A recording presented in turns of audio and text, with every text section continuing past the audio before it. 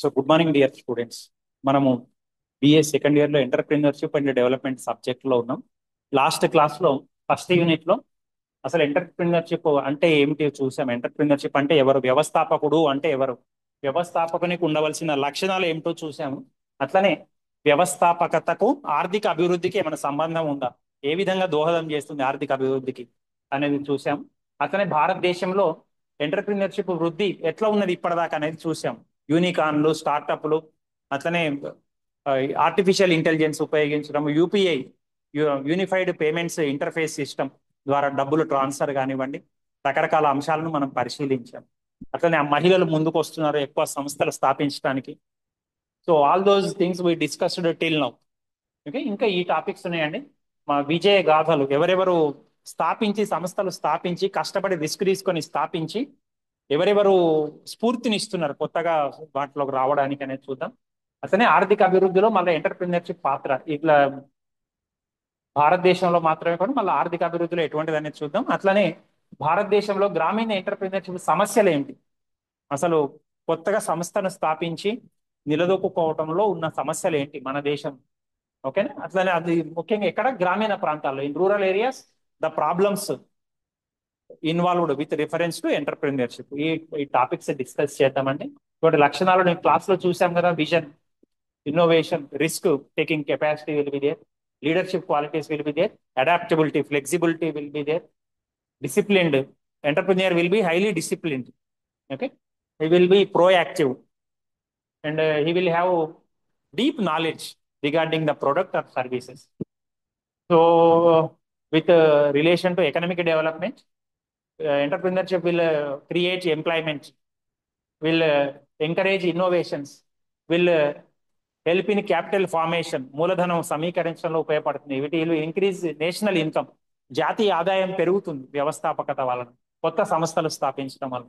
It will promote balanced regional development, ప్రాంతీయ సమతుల అభివృద్ధి చెందడానికి దోహదం పడుతుంది. సంపద పునః పంపిణీకి, రీడిస్ట్రిబ్యూషన్ ఆఫ్ వెల్త్, పేదవాళ్ళు పేదవాళ్ళుగానే ఉండకుండా, డబ్బులున్న వాళ్ళు డబ్బులు ఉండకుండా, బాగా ఎక్కువ అంతరము ఎక్కువ కాకుండా తగ్గించడానికి సహాయం చేస్తుంది. కానీ it will encourage social change, it will foster social change. అట్లనే వనరుల యొక్క సమర్థవంతమైన సమీకరణలో ఈ ఎంటర్ప్రినర్షిప్ అనేది దోహదం చేస్తుంది. ఓకే, ఇక భారతదేశంలో వ్యవస్థాపకత వృద్ధి ఎట్లా ఉన్నది అనేది మనం వృద్ధి గణాంకాలు చూసాం. Startups, unicorns.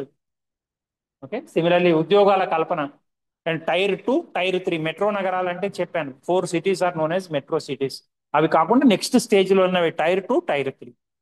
ఓకేనా, సో వాటికి విస్తరించినాయి. అట్లనే they are key driving factors. Startup India కానివ్వండి, ఫండింగ్ సపోర్ట్ కానివ్వండి, ease of doing business. Okay, technological revolutions వచ్చాయి, కల్చరల్ షిఫ్ట్ వచ్చింది, పెరుగుతున్న మార్కెట్, వినియోగదారుల సంఖ్య పెరుగుతున్నది. ముఖ్యంగా జిఎస్టి తగ్గింపు వలన ఈ నెల రోజుల లోపల ఇంకా చాలా మంది ఉంటున్నారు. ఓకే, మన కాలేజీలోనే 2 సార్లు కార్లు తీసుకుంటున్నారండి ఇప్పుడు.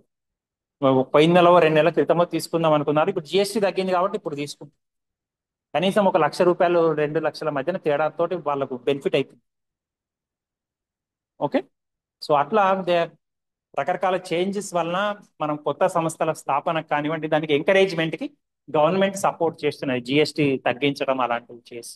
ఓకే, అట్లా ప్రస్తుతం ట్రెండ్స్ మీకు తెలుసు కంటే ఆర్టిఫిషియల్ ఇంటెలిజెన్స్ వచ్చింది, women entrepreneurs are coming forward, sustainability. అట్లనే ఆ, మనం ఏ పార్టీకి పోయినా, ఫంక్షన్స్కి పోయినా కానీ ఏం చేసినా యూజ్ అండ్ త్రో వాడుతున్నాం. అవునా, నీళ్లు తాగినా పాలిథీన్ వాటితో చేసినవి, ప్లాస్టిక్ వాటితో చేసిన గ్లాసులు అవి వాడుతున్నాం. దే ఆర్ నాట్ బయోడిగ్రేడబుల్, పర్యావరణ హితం కానివి చేస్తున్నాం మనం. అట్లా కాకుండా ఇప్పుడు ప్రజల్లో కూడా అవగాహన వచ్చింది. జస్ట్ మీరు అంతే, ఎందుకంటే మనకు పోయిన నెల జరిగిన వినాయక చవితి ఉత్సవాలను కూడా ఏం చేస్తారు, ఎక్కువ మట్టి వినాయకులకు ప్రోత్సాహం అనేది పెరిగింది. 1,000 ఎక్కువైనా, 2,000 ఎక్కువైనా, 5,000-10,000 ఎక్కువైనా సరే మట్టి వినాయకులనే ప్రోత్సహిస్తున్నారు. అది తయారు చేసే వాళ్ళకే గిరాకీ పెరిగింది. ఓకేనా, సో అట్లా ఆ, ఆ, సుస్థిరమైన అభివృద్ధికి ప్రాధాన్యత ఇస్తున్న స్టార్టప్లు పెరిగినాయి. సుస్థిరం అంటే పర్యావరణాన్ని డ్యామేజ్ చేయదు, నెక్స్ట్ తరానికి ఎటువంటి డ్యామేజ్ జరగకూడదు. ఈ తరం ఒక్కటే తినిపోతే చాలదు కదా, మన పిల్లలు తర్వాత వాళ్ళు కూడా బాగుండాలి కదా, ఈ ఎర్త్ మీద బతకాలి కదా. So that is why. So ఇక కమింగ్ టు అవి మొదటి 3 టాపిక్స్ అండి, అర్థమైనాయా? So coming to success stories. మన దేశంలో ఇప్పుడు మీరు చూడబోయే వాళ్ళలో చాలా మంది మీ జీవితంలో చూసే ఉంటారు. ఎక్కడో చోట మీకు మీరు వాళ్ళు తయారు చేసినవి వాడుతూనే ఉంటారు. We will see them. Okay. ఎవరు అట్లా ఎస్టాబ్లిష్ చేసింది ఎవరు? ఫ్లిప్కార్ట్. ఎప్పుడన్నా కొందరంటే అమెజాన్ అమెరికాది, ఫ్లిప్కార్ట్ అనేది మనది ఇండియా. తెలుసా మీకు? ఫ్లిప్కార్ట్ అనేది ఒకటి ఉన్నదనేది తెలుసు కదండి. ఫ్లిప్కార్ట్ ఎస్టాబ్లిష్ చేసింది వీళ్ళండి, సచిన్ సచిన్ బన్సల్ అండ్ జిన్ని బన్స్. వీళ్ళు ఎస్టాబ్లిష్ చేశారు. వీళ్ళు మొదట్లో ఎంతనంటే వీళ్ళు అమెజాన్ లో సాఫ్ట్వేర్ ఇంజనీర్లుగా పనిచేశారు. మేము బన్సల్ బన్సల్ అనుకుంటే you think that they are relatives, but no. వాళ్ళ ఏం సంబంధం లేదండి, వాళ్ళ బంధువులు గారు. ఓకేనా? సో కేవలం 4 లక్షల పెట్టుబడితోటి బెంగళూరులోని అపార్ట్మెంట్ లో ఆన్లైన్ పుస్తకాలు మొదలు పెట్టారు అమ్మటం. దాంతో ఇప్పుడు లక్షల కోట్లు, వందల కోట్లు, వేల కోట్ల వ్యాపారం వాళ్ళు. ఓకేనా? ఫ్లిప్కార్ట్స్ మీరు ఒక్కసారి చూస్తే will see it.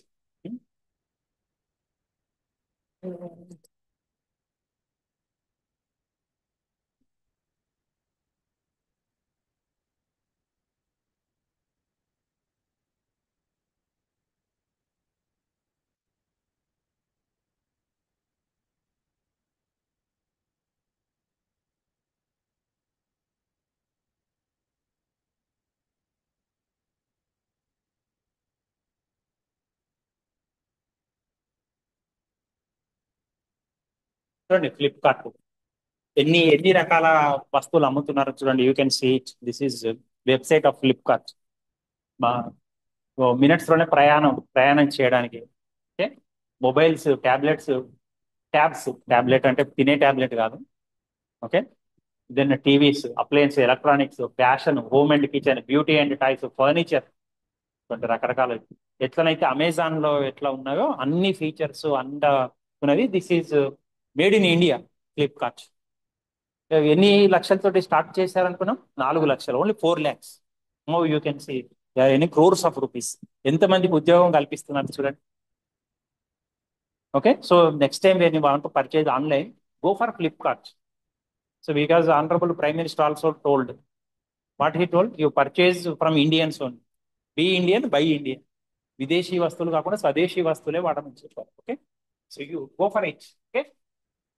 So next coming to this. So Flipkart, then Paytm. తెలిసే. Google Pay, that is American. This is Paytm. This is our Indian. Okay. So Paytm Vijay Shekhar Sharma దాన్ని స్థాపించింది. ఓకే. సో ఇతను విజయ్ శేఖర్ శర్మ ఎట్లా వచ్చాడు చూడండి. ఒక మధ్యతరగతి కుటుంబం నుంచి వచ్చాడు. హిందీ మీడియంలో చదువుకున్నారు. ఆర్థికంగా ఎన్నో ఇబ్బందులు ఎదుర్కొన్నారు.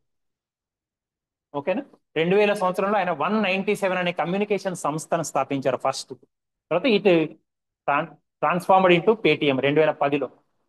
కానీ ఇది ఎప్పుడు ఎక్కువగా అభివృద్ధి చెందింది అంటే డిమానిటైజేషన్ చేశారు 2016లో. అప్పుడు పెద్ద నోట్లన్నీ రద్దు చేశారు. ఇవి 2000 నోట్స్, అలాంటి 1000 రూపీస్ నోట్స్ ఉండే కదా, మన రద్దు చేయడంతో పేటిఎంకి ఎక్కువ ఆదరణ అనేది పెరిగింది. So that is Paytm. Will see this also.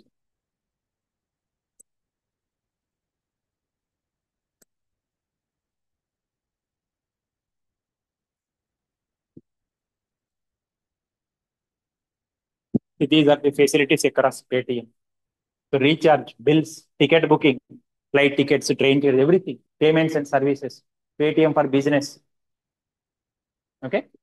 Company, about this company, about Paytm. We will bring 500 million Indians to the mainstream economy. చూడండి, మన మెయిన్ స్ట్రీమ్ ఎకానమీలో సగం బిలియన్ పాపులేషన్ ని అందరి ఆర్థిక వ్యవస్థలోకి తీసుకొని వస్తాము అనే విజన్ తోటి వీళ్ళు పనిచేస్తారు. With this mission they are working. Okay. So this is Paytm. తర్వాత ఇంకా ఏమున్నాయండి? Then OYO rooms. ఇది మీరు ఎప్పుడైనా మీరు చూసి ఉండరు. ఓయో రూమ్స్ అనేవి ఏంటి అంటే, ఈమె ఆ, మన దేశంలో మంచి నాణ్యమైన రెస్టారెంట్స్ అవి ఇవి కొరతను గుర్తించి ఈమె స్థాపించిన రితేష్ అగర్వాల్. ఓకే. ఆ, రితేష్ అగర్వాల్ అనే వ్యక్తి స్థాపించడం జరిగింది. ఆయన సారీ, అతను ఎక్కడ పుట్టాడంటే చూడండి, ఒడిశాలో ఒక చిన్న గ్రామం నుంచి వచ్చాడు. మామూలు హోటళ్లలో నాణ్యత ప్రమాణాలు కూడా there are no standards, there is no quality in hotels. So అట్లా ఓయో రూమ్స్ అని ఇతను ఎస్టాబ్లిష్ చేశాడు చాలా ప్లేస్లలో. అవి ఇప్పుడు ఆ, చిన్న తక్కువ కాలంలోనే పెద్ద బ్రాండ్ అయిపోయింది. Okay, I will show you that also OYO rooms.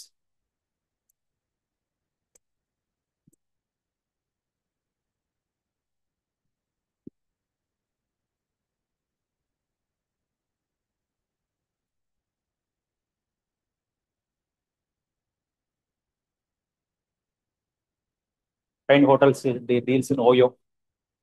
చూడండి, డైరెక్ట్ ఫ్లైట్ నుంచే మనం దిగటం తోటే బుక్ చేసుకోవచ్చు, స్టే, కార్ రెంటల్ తీసుకోవచ్చు, ఫ్లైట్ ప్లస్ హోటల్ రెండు కలిపి రకరకాల ఫెసిలిటీస్ ఉన్నాయండి. చెప్పాను కదా. ఎన్ని సెర్చెస్ అయినాయో చూడండి దీన్ని. 1,000 పైన అయినాయి. అది వచ్చింది, ఆ వ్యక్తి ఎక్కడి నుంచి వచ్చాడండి? అతను ఒడిశాలోని ఒక చిన్న గ్రామం నుంచి వచ్చాడు. ఎన్ని కోట్ల, ఇది చూడండి, ఇది ఎలాంటి ఎలాంటి రాయ్పూర్, చెన్నై. రాయ్పూర్ అంటే ఛత్తీస్గఢ్ క్యాపిటల్. చెన్నై, హైదరాబాద్, చూడండి ఎట్లా. ఇవ్వండి, ఈ అమౌంట్ తోటి స్టార్టింగ్ ప్రైస్ ఆ హోటల్లో ఉండడానికి, రెస్టారెంట్. సో ఇంత కష్టపడి వాళ్ళు ఎస్టాబ్లిష్ చేశారో మీరు గమనించండి. ఓకే. సో ఇంకా కొట్టేసి ఇంకా వస్తాయి. కర్నూలు, బెంగళూరు, తిరుపతి, ఈ ప్లేస్ అన్నిట్లలో కూడా వీళ్ళ హోటల్స్ ఉన్నాయి. ముంబై, న్యూఢిల్లీ. అర్థమైంది. So so OYO rooms hotel రంగంలో విప్లవాత్మకమైన కృషి చేయడం అనేది జరుగుతున్నది, రితేష్ అగర్వాల్ అనే వ్యక్తి. ఓకే. సో దెన్ పాల్గొని నాయర్ ఎప్పుడైనా విన్నారా? నాయక అనే ఒక యాప్ సృష్టించింది. దాంట్లో అమ్మాయిలకు కావాల్సిన బ్యూటీ, నాయిక నాయిక. విన్నావా? Very good, very good. మీకు దాంట్లో ఏం చూసావు, ఏం గమనించావు, ఎప్పుడైనా ఆర్డర్ చేసావా ఏమైనా? మరి ఏం చూసావు అందులో? వెరీ గుడ్, మేకప్ ప్రొడక్ట్స్ ఉంటాయి. అమ్మాయిలకు కావాల్సిన మేకప్ కిట్స్, వాటిలో టిప్స్ కానివచ్చు, కిట్స్ కావచ్చు, అవి ఉంటాయి. వెరీ గుడ్, మీకు తెలియదేమో అనుకో. నాకే తెలియదు వాస్తవానికి. పాల్గొని నాయర్ దాన్ని ఎస్టాబ్లిష్ చేసింది, పాల్గొని నాయర్. చెప్పు ఏంటి? ఏం లేదు sir. You are telling something. అంటే అక్కడ ఇవ్వలే కదా సార్ నైకా అని యాప్. ఓకే. ఇది ఇక్కడ ఉంది కదా, నాయిక అని ఉంది కదా, ఇది అది ఎస్టాబ్లిష్ చేసింది పాల్గొని నాయర్. ఓకే. ఆమె ఎప్పుడు వచ్చిందో చూడండి, 50, ఆమెకి 50 ఏళ్ల వయసు వచ్చినప్పుడు ఇందులో ఈ బ్యాంకింగ్ నుంచి వదిలిపెట్టి నాయికాను ప్రారంభించింది 2012లో. బ్యూటీ ప్రొడక్ట్స్ ఉంటాయి అందులో. ఓకే. ఒకసారి చూద్దాం, వి విల్ సీ ఇట్. పాల్గొని నాయర్, రిమెంబర్ ఇట్.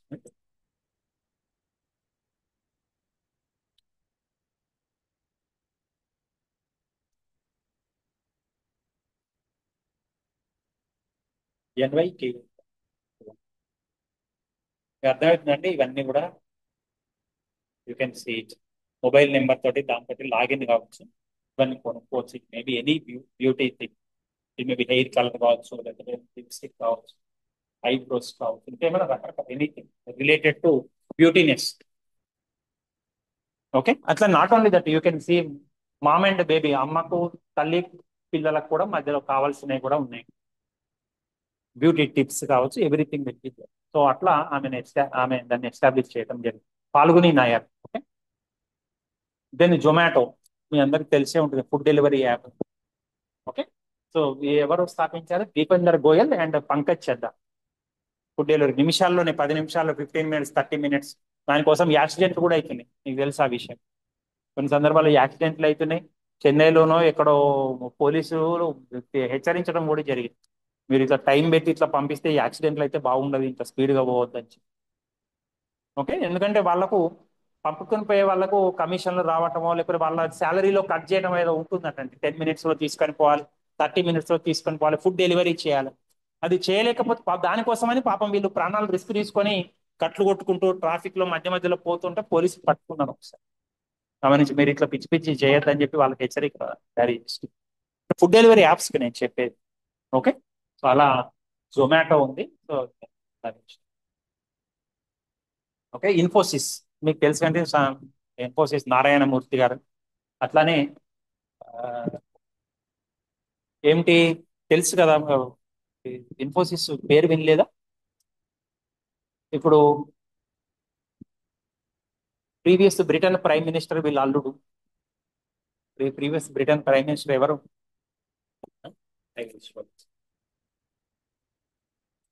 ఈమెను కూడా చూడలేదా? I will show it.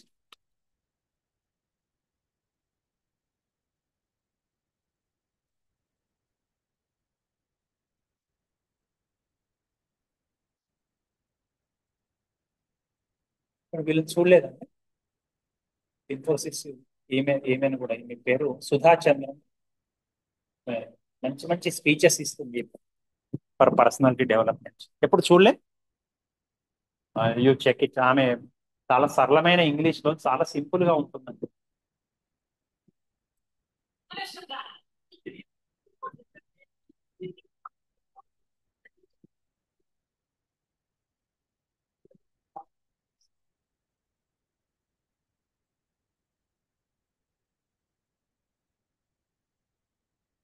Sudha Murty అండి, సుధామూర్తి. ఇన్ఫోసిస్ ఒక పెద్ద సాఫ్ట్వేర్ కంపెనీ. ఇవ్వండి, ఇతను నారాయణమూర్తి, ఇన్ఫోసిస్ నారాయణమూర్తి గారు. And Sudha Murty his wife. పెద్ద software company, computers software developing company Infosys అనేది. Okay. In your leisure time మీకు ఎప్పుడైనా దొరికితే సుధామూర్తి స్పీచెస్ అని కొట్టండి. యూట్యూబ్ లో మంచి మోటివేషనల్ స్పీచెస్ వస్తాయి. చాలా సింపుల్ ఇంగ్లీష్ లో మాట్లాడుతుంది, చాలా సింపుల్ ఉంటుంది. అన్ని పెద్ద కోటీశ్వరాలని ఏమీ తెలియదండి, మనకు అనిపించదు. ఏమిటి అంటే ఇది ఆ ఆమె ఒక సందర్భంలో ఒక చిన్న పల్లెటూరికి పోతే అక్కడ జరిగిన సంఘటన చూసి ఆమె పాలు తాగటం మానేసి స్టాప్. అంత మంచి వాళ్ళు. I will tell that story afterwards. Okay. Next, then Ola. విన్నరా ఓలా? క్యాబ్స్ బుక్ చేసుకోవటం. ఇప్పుడు అవి దేంట్లోకి వచ్చిందంటే ఆ, వాళ్ళు కూడా వాళ్ళే ఓన్గా బైక్లు అవి తయారు చేయడం కూడా మొదలు పెడుతున్నారు. ఓకేనా. ఇప్పుడు మీరు ఖమ్మంలో ఉన్నది ఓలా షోరూమ్ ఉంది చూడండి. ఓకే. వీళ్ళు చూడండి, ఇతను భవీష్ అగర్వాల్, అంకిత్ భాటి అనే వాళ్ళు దీన్ని ఎస్టాబ్లిష్ చేయడం జరిగింది. ఇతను ట్యాక్సీలో ప్రయాణం చేయడానికి ఎంతో ఇబ్బంది పడి దాని నుంచి ఓలా అనే సంస్థను ఎస్టాబ్లిష్ చేసి ఇట్లా ఇంకొకరు ఇబ్బంది పడకూడదు అని. ఓకే. సో అలా. నెక్స్ట్, సో ఇవండి కొన్ని స్టోరీస్ మాత్రమే. ఇవి మన దేశంలోనే చాలా మంది ఇన్స్పైర్ చేసినవి. ఇలా కాకుండా మనం చుట్టుపక్కల కూడా ఉంటారు చూడండి. చుట్టుపక్కల కూడా మొగుడు వదిలేసో చనిపోయిన తర్వాత భార్య పాపం సమాజంలోకి వచ్చి, అప్పటి వరకు సమాజం అంటే తెలియదు, పాపం వచ్చి చిన్న సంస్థను స్థాపించి పెట్టుబడి పెట్టి లేదా సెల్ఫ్ హెల్ప్ గ్రూపులలో చేరి ఎంతో కొంత డబ్బులు పోగు చేసుకొని లేకపోతే కుట్టు మిషన్ల ద్వారా డబ్బులు పోగు చేసుకొని పాపం పిల్లల్ని పెంచడం అలా చేస్తున్న వాళ్ళు ఎంతో మంది కనబడతారు మీకు చుట్టుపక్కల చూడండి. You can see them. Okay. So they are the success stories. Okay. So మీకు ఎగ్జామ్లో అడిగితే వీళ్ళ గురించి ఏమేమి తెలిసినవి రాయండి. ఇప్పుడు వీటిలో మీరు నిజ జీవితంలో వాడుతూనే ఉన్నారు వీటి. ఓకేనా. నెక్స్ట్, తెలిసిన వాళ్ళు ఎవరైనా రాయొచ్చు. నేను just I gave you some examples. ఓకేనా. మీకు మీరు నిజ జీవితంలో వాడుతున్నవి యాప్స్ లో ఉంటాయి కావచ్చు, నెట్ లో చూసినవి కావచ్చు, విజయం సాధించినవి ఎవరైనా సరే సంస్థను స్థాపించి కష్టపడి పైకి వచ్చి సంస్థను స్థాపించి ఎన్నో కష్టాలు పడి మనం చ- ముందుకు పోతున్న వాళ్ళని ఎవరైనా రాసుకోవచ్చు. ఎవరన్నా గురించి మీరు పరీక్షలో రాయొచ్చు. Okay. You can write. Then in economic development వ్యవస్థాపకత పాత్ర. ఇది ఇంతకు ముందు వచ్చినట్టుంది కదండి. ఉద్యోగ కల్పన, ఉపాధి అవకాశాలు, స్వయం ఉపాధి, ఉద్యోగాలు, ఎంతో మందికి ఉద్యోగ అవకాశాలు వస్తాయి. Then self employment, it will help in self employment generation. ప్రతి దానికి ప్రభుత్వం మీద ఆధారపడకుండా మనకు మనమే ఉద్యోగాన్ని సృష్టించుకుంటున్నాం, ఇంకొద్ది మందికి ఉద్యోగం కల్పిస్తున్నాం. Okay. So it will lead to innovations and technical developments. కొత్త ఆవిష్కరణలకు, సాంకేతిక అభివృద్ధికి ఇది దోహదం అనేది చేస్తాం. Then it will lead to wealth creation. సంపద సృష్టిస్తున్నాం. మనం అక్కడ వనరులు ఉన్నాయి, వాటిని వెలికి తీసి దానితోటి జాతీయ సంపదను సృష్టిస్తున్నాం. Okay. So so it will enhance GDP, gross domestic product, స్థూల దేశీయోత్పత్తి, ఇవన్నీ జాతీయ ఆదాయంలో నేర్చుకుంటుంది జీడిపి అని. మొత్తం పర్ క్యాపిటల్ ఇన్కమ్, తలసరి ఆదాయం అంటే ఒక్కొక్క వ్యక్తి సంవత్సర కాలంలో సంపాదించే ఆదాయం, పర్ క్యాపిటల్ ఇన్కమ్, అది కూడా పెరగడానికి దోహదం చేస్తుంది. Okay.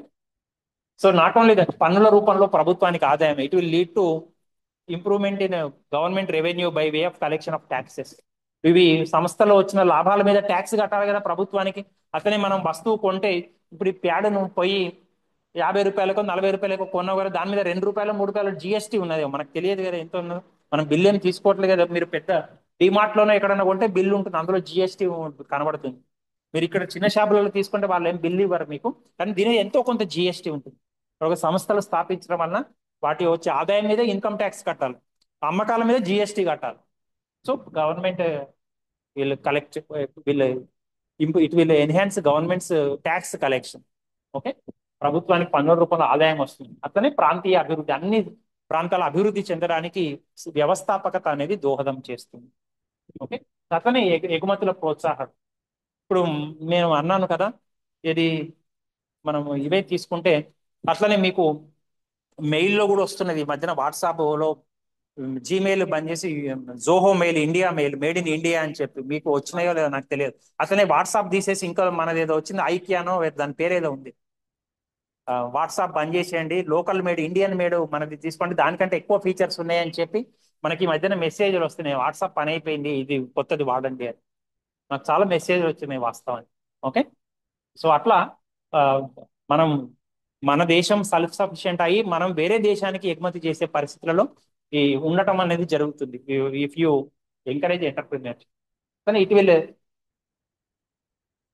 Help in collection of foreign exchange, విదేశీ మారక ద్రవ్యం మన దేశానికి రావడానికి దోహదం పడుతుంది. ఓకే, సిమిలర్లీ పరిశోధన మరియు అభివృద్ధి, దీని వలన ఎంటర్ప్రినర్షిప్ వలన ఏం జరుగుతుందండి, రీసెర్చ్ అనేది పెరుగుతుంది. మనము ఒకదాన్ని ఇంప్రూవ్ చేయాలి అంటే, గతంలో ఉన్నదాన్ని ఇంప్రూవ్ చేయాలంటే we have to conduct research, lab establish చేయాలి. గతంలో ఉన్నదాన్ని మారి ఇప్పుడు నీ దానికి, ఇప్పుడు మనం అనుకున్న వాట్సాప్ తీసేసి మన దానికి ఎందుకు వస్తారు, మన దాంట్లో ఎక్కువ ఫీచర్స్, దానికంటే ఎక్కువ ఫీచర్స్ ఏమైనా ఉంటే మన దాన్ని వాడతాం. ఓకే, సో అట్లా పరిశోధనలకు మనం ప్రాధాన్యం ఇవ్వడం అనేది జరుగుతుంది. They will they will become engines for economic growth.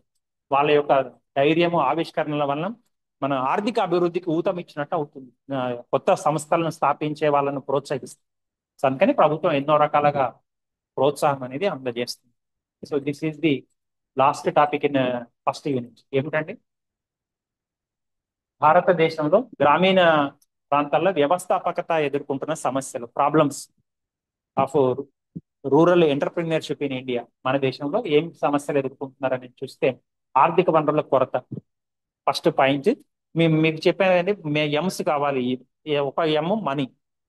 ఓకేనా, డబ్బులు తక్కువగా ఉండటం, వాళ్ళ దగ్గర పెట్టుబడి పెట్టడానికి తగిన పెద్ద డబ్బు లేకపోవడం. So financial resources, scarcity of financial resources, మూలధనం లేదు, బ్యాంకు రుణాలు పొందడంలో ఇబ్బందులు. బ్యాంకులకు ఎన్నో సార్లు తిరిగితే వాళ్ళు రుణాల కోసం ఫర్ లోన్స్ ఎన్నో సార్లు తిప్పిస్తారు, షూరిటీ కావాలంటారు, సెక్యూరిటీ కావాలంటారు, ఎన్నో తిప్పిస్తూ ఉంటారు. చివరిలో ఎప్పుడో మన పుణ్యం పుచ్చితే వాళ్ళు లోన్ ఇస్తారు. అప్పుడు తిరిగి తిరిగి వాళ్ళ చుట్టూ ఎవరు తిరుగుతారని చెప్పి బంద్ చేస్తారు. Okay, so so problems with relation to obtaining bank loans. Okay, ఆర్థిక అక్షరాస్యత లేమి. అతనే మనకు ఆర్థికంగా కొన్ని ఎంతో మంది ఇంకా నిరక్షరాస్యులనే ఉన్నారు గ్రామీణ ప్రాంతాల్లో. Okay, they are unable to read and write. So ఎక్కడికైనా పోయి అప్లికేషన్ రాయాలన్నా వాళ్ళు రాయలేరు. ఇప్పుడు మనమే గుండెల మీద చేసుకొని చెప్పండి, మన డిగ్రీ పాస్ అయ్యే వాళ్ళు ఎంతమంది ఒక లీవ్ కూడా అప్లికేషన్ రాయలేరు. మొత్తం చదువు అయిపోయినాక, డిగ్రీ సర్టిఫికేట్ అయినాక మాకు టీసీ కావాలని కూడా అప్లికేషన్ రాయలేరు చాలా మంది. I can challenge. అలా అలాంటప్పుడు ఏమాత్రం చదువు లేని వాళ్ళు, 5వ తరగతి లేకపోతే 10th వరకు చదువుకొని ఉన్న వాళ్ళు, పాపం వాళ్ళు సంస్థలు స్థాపించాలి అంటే, అప్లికేషన్ నింపాలన్నా, ఆన్లైన్లో చేయాలన్నా, దే ఆర్ ఎకనామిక్ ఇల్లిటరేట్స్. ఇప్పుడు మనం డబ్బులు ట్రాన్స్ఫర్ చేయాలంటే వీఆర్ ఏబుల్ టు డూ, కానీ పాపం వాళ్ళకు భయం అవుతుంది ట్రాన్స్ఫర్ చేయడం. ఎన్ని పోతాయో డబ్బులు, అంటే అసలే పేపర్లలో వార్తలు వస్తుంటాయి రోజుకొకటి, ఈ ఆన్లైన్ మోసం జరిగింది, ఇట్లా అదేంటి, లక్షలు మోసపోయినారు, ఇంత కోట్లు మోసపోయినారు. సో అట్లా ఆర్థిక అక్షరాస్యత అనేది వాళ్ళకు లేదండి. దెన్ మౌలిక సదుపాయాలు అంటే ఏంటి, infrastructural facilities, scarcity of infrastructural facilities. మౌలిక వసతులు అంటే రోడ్లు కానివ్వండి, అట్లానే బ్యాంకులు కానివ్వండి, ఇన్సూరెన్స్ ఫెసిలిటీస్ కానివ్వండి, గోడౌన్స్, మన పక్కన గోడౌన్స్ ఉన్నాయి కదా. సో అలాంటి ఫెసిలిటీస్ పల్లెటూరులో ఉండవు. రోడ్ సదుపాయం ఉండదు, కరెంట్ ఉండదు, 24 గంటలు కరెంట్ ఉండదు, కమ్యూనికేషన్ ఉండదు. మీ ఊళ్ళలోకి పోతే కొన్నిసార్లు సిగ్నల్ ఉండదు, కరెంట్ ఉండదు, పని చేసుకుందాం. ఒక పెద్ద ఫ్యాక్టరీ నడవాలి అంటే 24 hours కరెంట్ ఉండాలి కొన్ని సందర్భాలు. పవర్ బ్రేక్ డౌన్స్ ఎక్కువ కావద్దు, కానీ అలాంటి పరిస్థితి ఉండకపోతే ఇబ్బంది అవుతుంది. సో రవాణా సౌకర్యాలు ఉండవు, transport facilities will be very less. So విద్యుత్ సరఫరా means electricity. Okay, supply of electricity will be questionable. Then communication, internet facilities. చాలా సందర్భాల్లో మేము పల్లెటూళ్ళకు మనం సంస్థ స్థాపిద్దాము అంటే, మనం ఎన్నో సందర్భాల్లో కమ్యూనికేషన్ అవసరం. ఫోన్లు చేయాలి, సప్లయర్స్ తోటి ఆర్డర్స్ పెట్టించాలి, కస్టమర్స్ మనకు ఫోన్ చేయాలని, మనకు సిగ్నల్ ఉండకపోతే మనం ఏం చేస్తాం, వీ కెనాట్ డూ ఎనీథింగ్. ఇప్పుడు నేను క్లాస్ రికార్డ్ చేస్తున్నా అంటే I have signal, internet facility ఉన్నది ఇక్కడ.